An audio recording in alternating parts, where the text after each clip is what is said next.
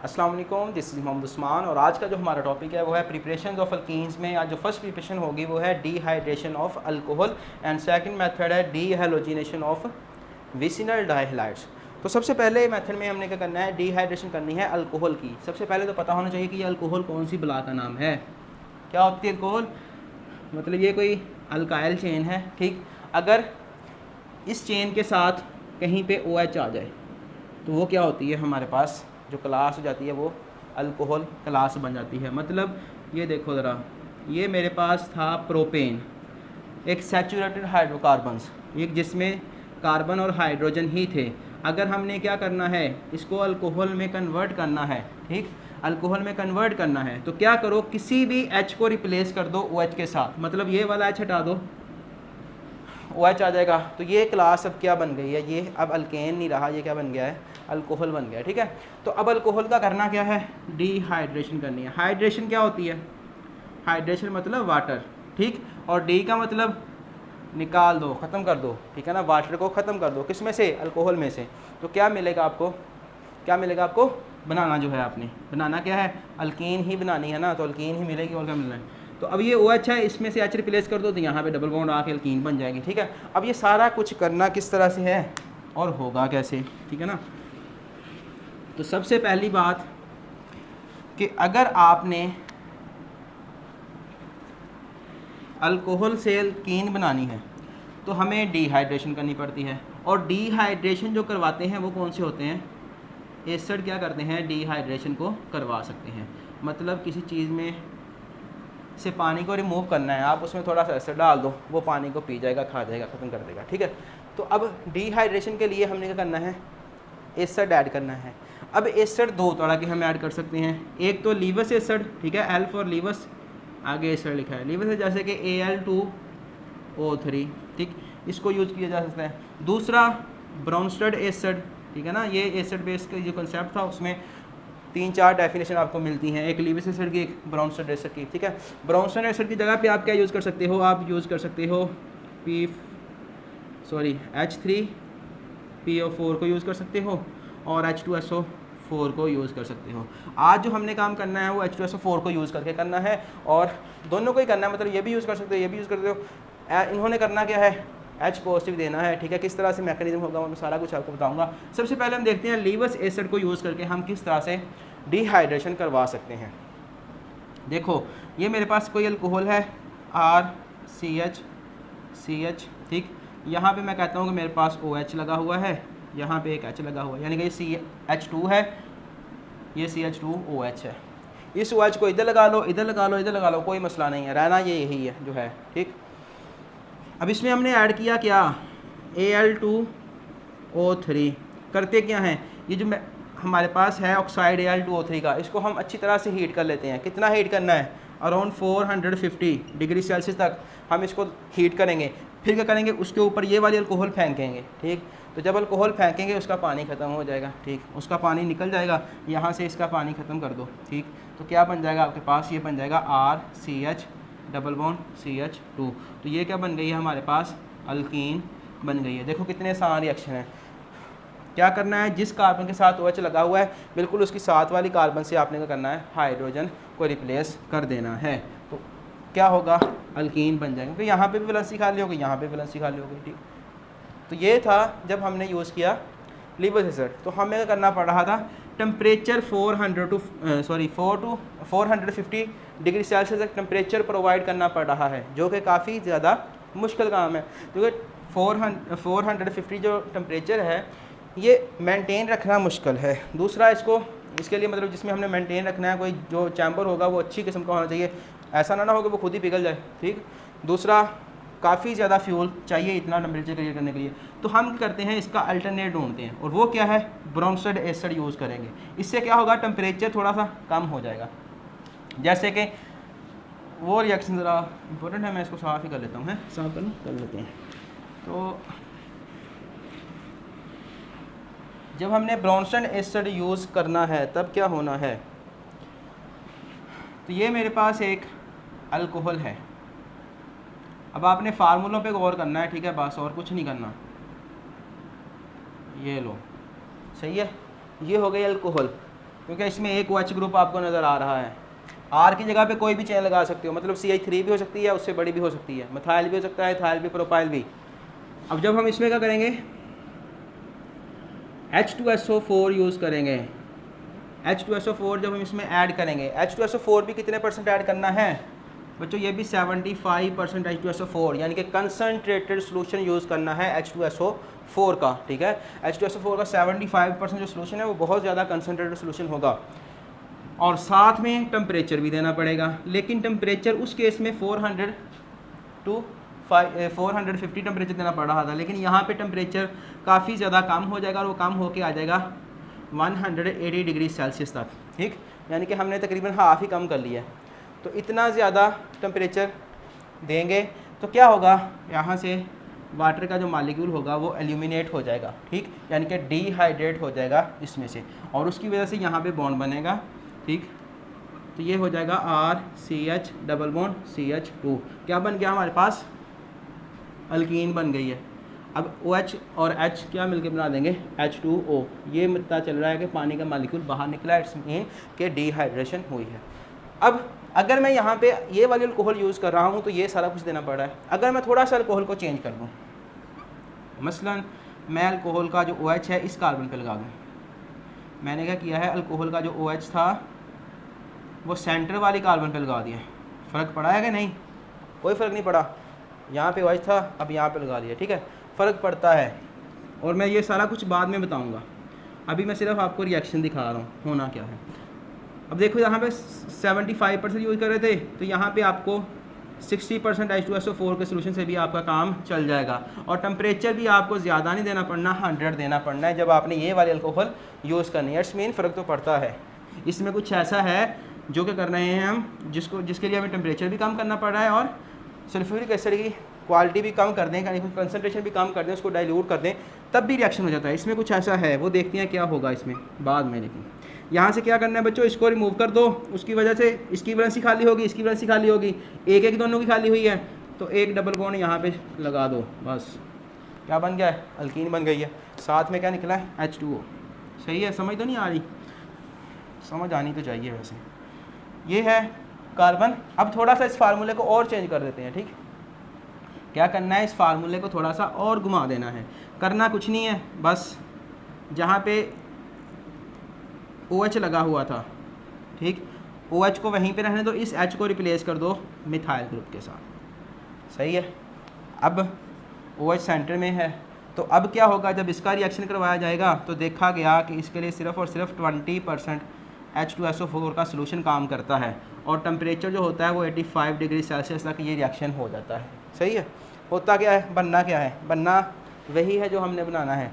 अब आप देखना ज़रा, ये CH2 था, इसको मैं H लिख सकता हूँ इस तरह से, यहाँ से भी हम वाटर को रिमूव कर सकते हैं। सही, तो डबल बॉन्ड यहाँ पे आएगा, मैं लिख लेता हूँ ताकि समझ आती रहे। यहाँ पे डबल बॉन्ड आ गया, CH2 हो गया, ठीक है, यहाँ से OH निकल गया। अब अगर H यहाँ से ना निकले, यहाँ से भी निकल सकता है, यहाँ से H भी निकल सकता है, मतलब इसका H निकल जाए, उसका OH निकल जाए, तो डबल बॉन्ड कहाँ पे आएगा, इस वाली पोजीशन पे आएगा, प्रोडक्ट सेम ही रहेगी, ठीक। तो ये हमारे पास अल्कीन बन गई है। अब हमने बात करनी है कि जब हमने इस अल्कोहल की डिहाइड्रेशन करवाई तो इतना सल्फ्यूरिक एसिड और इतना टेम्परेचर देना पड़ रहा था, यानी कि ज़्यादा देना पड़ रहा था। जब हमने उसको सेंटर में ले आए हैं OH ग्रुप को, यानी कि ये वाली अल्कोहल यूज़ की है, तो सल्फ्यूरिक एसिड भी कम यूज़ करना पड़ा है, मतलब उसकी कंसनट्रेशन कम की है, और साथ में टेम्परेचर भी कम किया है, ठीक। और जब इससे नीचे वाले अल्कोहल को देखें तो इसमें क्या हो रहा है, सल्फ्यूरिक एसिड की जो कंसनट्रेशन है, यानी कि उसको हमने और ज़्यादा कम कर दिया, उसको बहुत ज़्यादा डाइल्यूट कर दिया है, और साथ में टेम्परेचर भी बहुत ज़्यादा कम कर दिया है, लेकिन ये रिएक्शन फिर भी हो रहा है। असल में वजह क्या है, अब ये वजह देखना आप ज़रा। अब ये जो अल्कोहल है इसमें OH लास्ट वाली कार्बन के साथ लगा हुआ है, ठीक। ऐसे अल्कोहल को हम बोलते हैं 1 डिग्री अल्कोहल या प्राइमरी अल्कोहल, 1 डिग्री अल्कोहल या प्राइमरी अल्कोहल। और ये जो सेकंड है इसमें OH इस कार्बन के साथ लगा, मैं इनकी डेफिनेशन भी आपको बताता हूँ। इसको हम बोलते हैं 2 डिग्री अल्कोहल या स्टैंडर्डी अल्कोहल। इसमें इस कार्बन पे लगा हुआ है, लेकिन इसको हम बोलेंगे 3 डिग्री अल्कोहल। पहचानना किस तरह से है, 1 डिग्री है, 2nd डिग्री है या 3rd डिग्री है, या प्राइमरी है, सेकेंडरी है, टर्शियरी है, किस तरह से पता चलेगा? अगर तो बच्चों आपका जो अल्कोहल है, अल्कोहल ग्रुप, अगर अल्कोहल ग्रुप जिस कार्बन के साथ अटैच है, आपने इस कार्बन को देखना है, अल्कोहल ग्रुप को नहीं देखना। आपको पता है कि पहली बात क्या है कि अल्कोहल ग्रुप देखना है किस कार्बन के साथ लगा हुआ है, और वो जो कार्बन जिसके साथ अल्कोहल ग्रुप लगा हुआ है अगर फर्दर सिर्फ एक कार्बन एटम से अटैच हो तो हम उसको बोलते हैं प्राइमरी अल्कोहल या 1 डिग्री अल्कोहल। इसमें क्या है कि अल्कोहल इस कार्बन के साथ अटैच है, और वो कार्बन बेशक जितनी मर्जी से अटैच हो, लेकिन इस कार्बन के साथ सिर्फ यही एक कार्बन अटैच है, बाकी हाइड्रोजन को नहीं देखना। अल्कोहल ग्रुप जिस कार्बन के साथ अटैच है, अगर वो कार्बन किसी एक कार्बन के साथ ही अटैच हो तो उसको हम बोलते हैं 1 डिग्री अल्कोहल। सेकेंडरी अल्कोहल क्या होती है?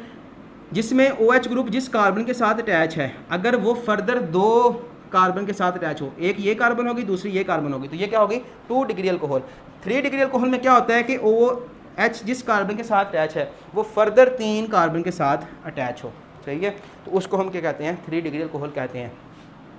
अब इसमें क्या हुआ था कि इसमें हमें वो ज़्यादा देना पड़ा था। असल में जो हमारा ये मैकेनिज्म भी है इसका, ठीक है ना, मैकेनिज्म आप करना कुछ नहीं है, आपने वो रिएक्शन ही याद करना है। ये तो मैं समझा रहा हूँ कि क्यों है, ठीक है ना, अगर देखना हो देखना, नहीं तो बेशक रहने देना। असल में होता क्या है कि जब हम इस प्राइमरी अल्कोहल का रिएक्शन करवाते हैं, ठीक है, इस प्राइमरी अल्कोहल का रिएक्शन जब हम करवाते हैं तो क्या होता है कि ये जो OH जो है वो एसिड का H पॉजिटिव एक्सेप्ट कर लेता है, जिसकी वजह से हमारे पास जो इंटरमीडिएट बनता है वो होता है ये वाला OH2, ठीक। अब ये जो OH2 है ये गुड लिविंग ग्रुप होता है, ये यहाँ से रिमूव हो जाएगा, ठीक, और आपके पास ये चीज़ बन जाएगी, मतलब ये रिमूव होके बन गया RCH2, और इस पे आ जाएगा, सॉरी इस पे पॉजिटिव हो गया और यहाँ से ये H वैसे ही होगा, ठीक है। यहाँ पे ये वाला आयन बन रहा है और इसको बोलते हैं कार्बोकेटाइन। इसको क्या बोलते हैं? इसका नाम क्या है भाई? कार्बोकेटाइन। इसका नाम क्या है? कार्बोकेटाइन। अब इसमें देखो ज़रा, इसमें जब OH H को एक्सेप्ट करेगा एसिड के को, तो कार्बोकेटाइन यानी कि OH यहाँ से रिप्लेस होगा ना। कार्बोकेटाइन क्या बनेगा? ये वाला, मैं अब सिर्फ कार्बोकेटाइन लिख रहा हूँ, ठीक है, क्योंकि वीडियो फिर बहुत ज़्यादा लंबी हो जाएगी। यही बनेगा ना, ठीक। इसमें कार्बन, इस जो केटाइन है वो इस कार्बन पे आ रहा है सेंटर वाली पे।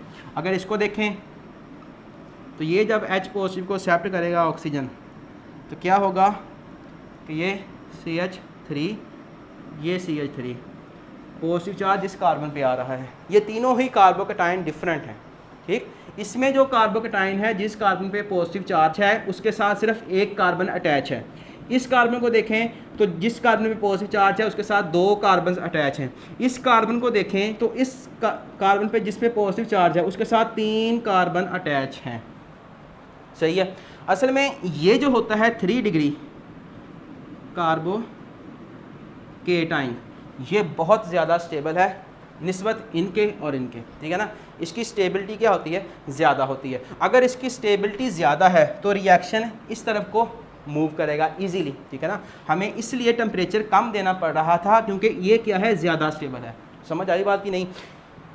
ये क्या है? ज़्यादा स्टेबल है। स्टेबल क्यों है इसकी बात बाद में करते हैं। हम ये देख रहे हैं कि यहाँ पे हमें सिर्फ 20% H2SO4 और 85 डिग्री टेम्परेचर यूज़ करना पड़ा था। हो क्या रहा था? असल में ये चीज़ ज़्यादा स्टेबल थी, और ज़्यादा स्टेबल होने की वजह से रिएक्शन का दिल करेगा कि मैं उस साइड को जाऊँ, ठीक है ना। रिएक्शन का क्या चाहेगा कि मैं इस स्टेबिलिटी को पालूँ, तो इसलिए इजीली कन्वर्ट हो रहा है इसमें। यहाँ पे ऐसी सिचुएशन है लेकिन कम है। यहाँ पे भी क्या है? रिएक्शन का दिल कर रहा है मैं इस साइड को चला जाऊँ, यानी कि ये सबसे ज़्यादा स्टेबल है, ये उससे कम स्टेबल है, और ये क्या है? सबसे कम स्टेबल है। इसलिए इसके साथ मार कुटाई ज़्यादा करनी पड़ रही थी। ये कह रहा था मैंने स्कूल नहीं जाना, मतलब ये स्कूल समझ लो जो कटाइन है, ठीक है। तो ये कह रहा है कि मैंने स्कूल नहीं जाना, फिर इसको ज़्यादा हमें ड्रास्टिक कंडीशन देनी पड़ेगी, ठीक है ना, थप्पड़ो थप्पड़ी, तो ये चीज़ बनेगी। लेकिन यहाँ पे क्या है? ये बच्चा आप समझ लो कि इसको सारा काम आता है स्कूल का, और आज जो टेस्ट है वो उसको काफ़ी ज़्यादा अच्छे तरीके से आता है, तो ये भाग के इस साइड को आएगा, स्कूल जाएगा, ठीक है, टेस्ट देने के लिए। तो अब हम बात करते हैं कि ये स्टेबल क्यों है, ठीक, ये स्टेबल क्यों है। तो इसको समझने के लिए एक इफ़ेक्ट होता है हमारे पास, वो होता है इलेक्ट्रॉन डोनेटिंग इफ़ेक्ट।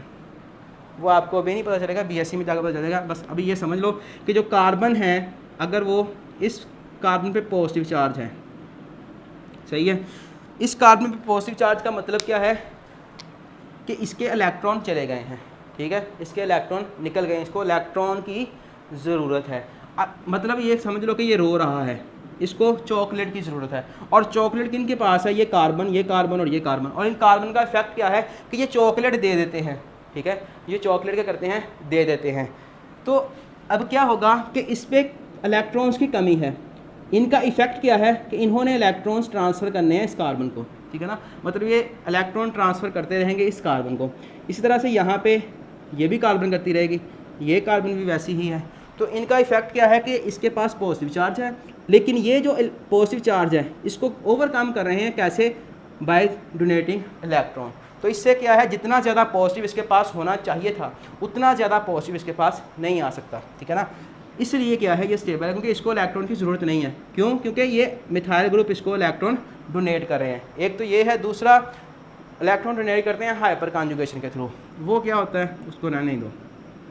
यहाँ पे देखो, यहाँ पे बच्चों 2 मिथाइल ग्रुप इसको इलेक्ट्रॉन ट्रांसफ़र कर रहे हैं, तो फिर क्या होगा, यहाँ पे 3 कर रहे थे, यहाँ पे 2 कर रहे थे, ज़्यादा स्टेबल कौन सा होगा, ये वाला। इसकी बात करें तो यहाँ पे सिर्फ और सिर्फ, इधर गया वो, हाँ यही है, इसको सिर्फ ये कार्बन इलेक्ट्रॉन डोनेट कर रही है, वहाँ पे 1 कर रही है, यहाँ पे 3 कर रही है, तो कौन सी चीज़ स्टेबल होगी, ये वाली, ठीक है ना। मतलब यहाँ पे बच्चे को 1 चॉकलेट मिल रही है, यहाँ पे 2 मिल रही है, यहाँ पे 3 मिल रही है, बच्चा किस केस में खुश होगा, 3 चॉकलेट में ही खुश होगा ना वो।